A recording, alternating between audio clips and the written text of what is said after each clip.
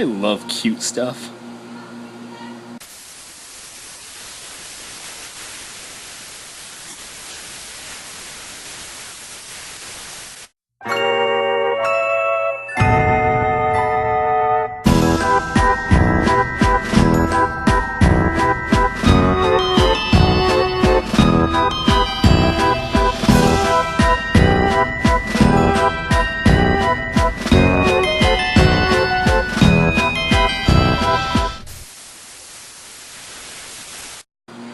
So I just finished watching Squid Girl. It is a very, very adorable little anime.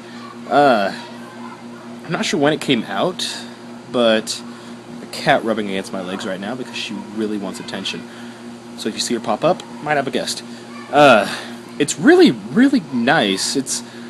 I saw the animations and everything, and I saw that it looked really smooth. The characters looked really cute and adorable, and I'm a huge sucker for stuff like that. And then I started watching it, and it's pretty much the best way I can describe Squid Girl is that it's like an Azumanga Daioh, only for the summertime. At least that's the way I feel. And as you can see, it's starting to get really warm out here, so I've been swimming a lot. I thought it fitting to do an episode like right now, outside. Well, after I got done swimming, I watched Squid Girl and finished the last episode. The show is really, really nice. It's really good. It's, like I said, just like Azumanga Daioh, it takes a bunch of miniature stories, I think 3 each episode, and it plays along with them. There is a slight continuity in it that only mainly partakes to the first episode, where that's where the premise is set. And the premise is that these 3 people, Chizuru, Eiko, and Takuro, I think his name is. It's a 2 older sister, a middle sister, and then a younger brother. And they own this little seaside shack area, and there's a cat right next to me. It's a kitty cat whacking her tail in my foot. Now she's attacking me in the camera. And go away. Anyway, these 3 own a seaside shack where they pretty much just do the same. They sell snacks and everything on the beach. And pretty much what happens is Squid Girl is this squid girl. No other way to describe her. She comes from the ocean because people have been polluting the oceans and everything, and she's ready to do a hostile takeover of the planet Earth to teach humans how to respect the ocean. Thing is, other than the fact that her hair is actually like tentacles that can stretch out and have super strength and everything, she's not really that powerful. And that becomes very obvious because she tries to show off her power when the main of those 3 family members, Aiko, the middle child, she pretty much is like, alright, who are you cosplaying as? She's like, cosplaying? And to show off her power, she pretty much breaks a hole in the wall of a seaside shack, not knowing that that's not going to faze this family. This family, for some reason, does not get freaked out or anything by that, and instead get angry. And now Squid Girl is working to help pay off the debt, and that's pretty much the premise. And this cat is wanting all the attention. That's pretty much the premise.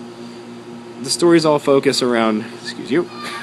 The stories all focus around the interactions between Squid Girl and these characters, and it's really, really nice. It's just a bunch of stuff to make you go, aww, because Squid Girl's adorable. These characters are all adorable.